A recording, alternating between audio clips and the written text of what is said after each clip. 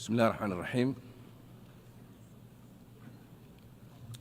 Your Excellency Philemon Yang, President of the 79th session of the United Nations General Assembly, Excellencies, Heads of State and Government, distinguished guests, distinguished representatives, ladies and gentlemen, Assalamu alaikum wa rahmatullahi wa barakatuh. Allow me to begin by congratulating you, Mr. President, on your election as President of the 79th session of the United Nations General Assembly. Please be assured of Somalia's full cooperation as you undertake the responsibilities entrusted upon you during your tenure. I would also like to take this opportunity to thank your predecessor, His Excellency Denis France, for the successful presidency of the last session. Mr. President, this session of the General Assembly convenes amid a rising number of global challenges, from escalating transnational conflicts and humanitarian crises to the existential threats of climate change and growing economic inequalities. This resonates profoundly for our theme of this year, leaving no one behind, acting together for the advancement of peace, sustainable development, and human dignity for present and future generations. In the spirit of our unity and shared responsibility, we must confront the persistent and escalating conflicts that continue to cause immense human suffering and destabilize entire regions. Today, we are facing with crises that test our collective conscience and our commitment to peace. In Sudan, the conflict has escalated into severe humanitarian crisis, displacing millions and ravaging communities. Civilians endure indiscriminate violence and widespread gender-based assaults. We urgently call for immediate cessation of hostilities, the protection of civilians, and adherence to the international humanitarian law. It is crucial to ensure safe, unrestricted access for humanitarian aid and to foster inclusive dialogue that respects the rights and aspirations of all Sudanese people. In Gaza, the situation has reached catastrophic levels, driven by the persistent blockade and relentless cycles of violence that have created one of the most severe humanitarian disasters of our time. Despite the senseless killing of tens of thousands of men, women, and children since last October, over 2 million Palestinians are trapped in open-air prison, where access to basic goods, services, and medical care is severely restricted.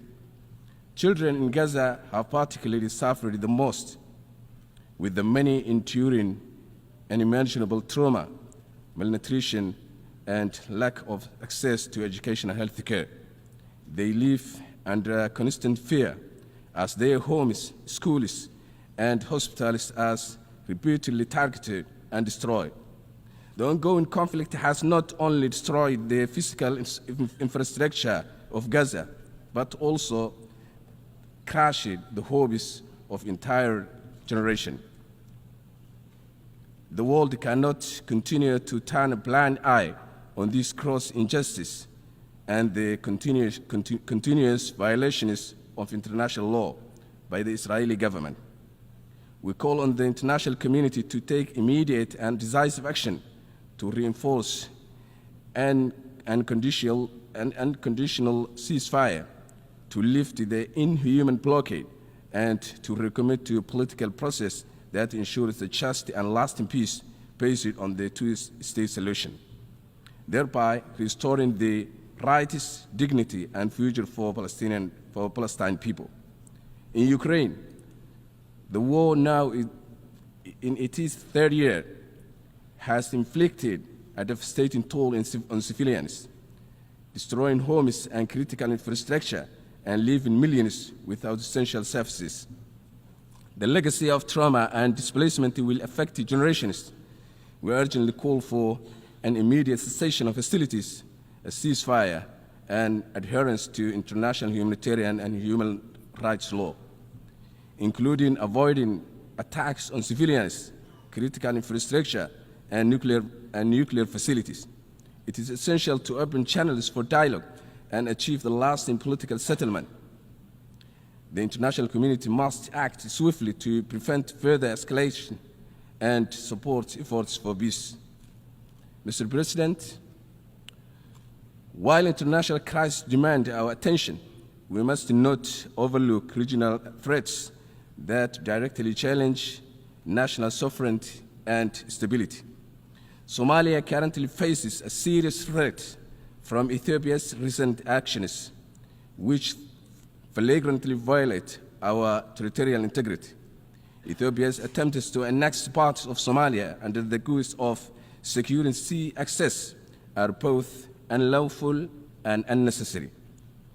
Somali ports have always been accessible for Ethiopia's legitimate commercial activities, reflecting our commitment to regional trade and cooperation. However, Ethiopia's aggressive maneuvers, including its controversial agreement with one of our regional administration, undermines Somali sovereignty and embolden secessionist movements threatening our national unity.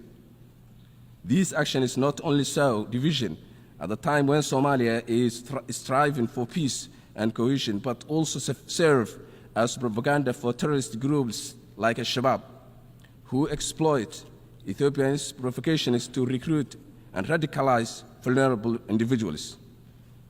Such destabilized behavior poses a significant risk to the security and stability of the entire Horn of Africa. Somalia asserts its sovereign rights to defend its territorial integrity and calls on Ethiopia to cease its provocations and adhere to the international law. We urge the international community to stand with Somalia in condemning these violations and upholding the principles of international sovereignty and territorial integrity, which are the cornerstones of international peace and security. Regional stability depends on mutual respect for these principles, and Ethiopia must be held accountable for actions that threaten to destabilize the Horn of Africa. Mr. President, while the conflict may capture the headlines, we must not lose sight of other pressing global challenges that demand our immediate attention and collective action. Somalia's experience underscores the importance of sustainable funding for peacekeeping. For over 15 years, we have hosted key African Union missions like AMISOM and ATMIS, which have been critical in countering Al-Shabaab and supporting state building. As the new mission, AUSM takes over with a focus of counterterrorism and capacity building. Its success depends on reliable funding.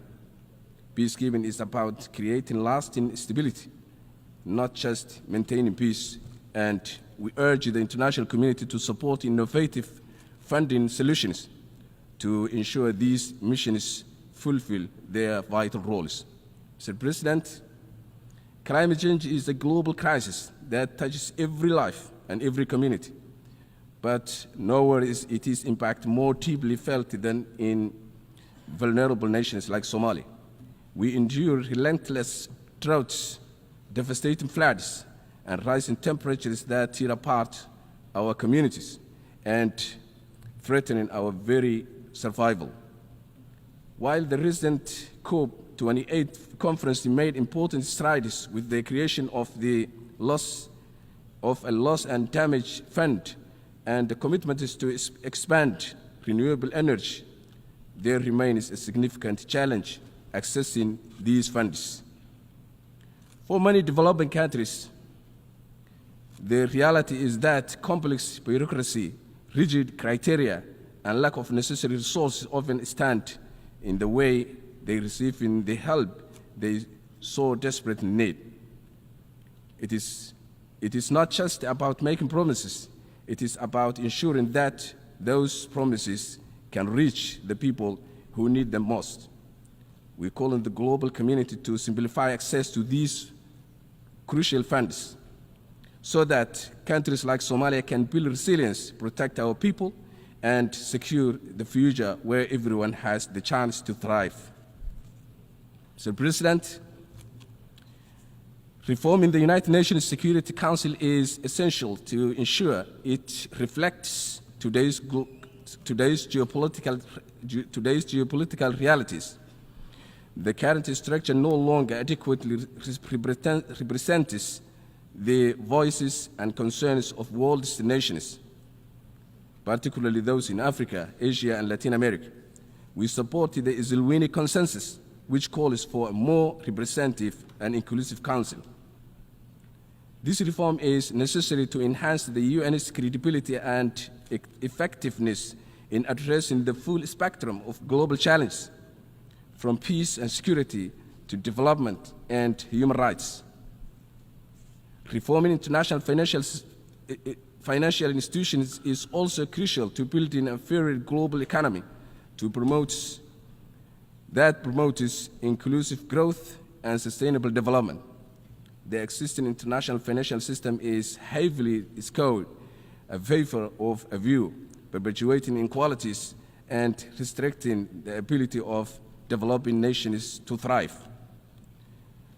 We call for reforms that make these institutions more accountable, transparent, and responsive to the needs of the world's poorest and the most vulnerable.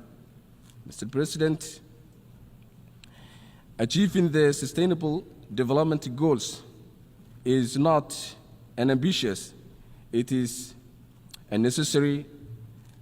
With only it is a necessity. With only 6 years left, the world is far behind on our collective promise to end poverty, protect our planet, and ensure peace and prosperity for all by 2030. We must urgently renew our commitment by increasing funding, creating innovative partnerships, and focusing on reaching the most vulnerable.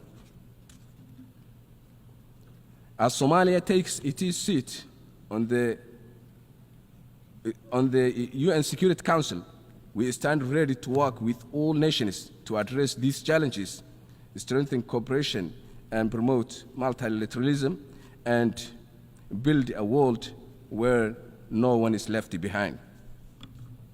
Mr. President, Excellencies, ladies and gentlemen, Somalia has come a long way on its journey toward stability and development.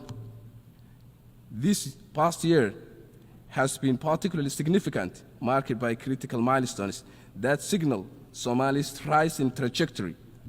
We have successfully completed the debt relief process, allowing us to reclaim our economic sovereignty and integrate into a global financial system. Additionally, Somalia's accession to the East African community marks a new era of regional integration, trade, and cooperation. We have also made a historic stride in lifting a long-standing arms embargo, a step that will further enable us to safeguard our sovereignty and security. Security is fundamental to development, and Somalia has prioritized to prioritize the fight against terrorism with remarkable success. In the past 2 years, our national security forces have reclaimed more than 2/3 of the territory that was once under the control of a Shabaab terrorist group, significantly diminishing their operational capability. Mr. President, with marked progress in governance, democratization, and political stability, Somalia stands on the brink of significant economic growth, with vast untapped resources and strategic location along major maritime trade routes. Our arable land offers great potential for agricultural protection, and our livestock sector is already among the strongest globally. We also have one of Africa's highest potentials for renewable energy, particularly on onshore wind power. And our extensive coastline provides rich opportunity for sustainable fishing and other sectors of blue economy. To capitalize on these assets, we are drafting a national transformation plan that outlines our vision for leveraging our resources to achieve stability, self-reliance, and prosperity.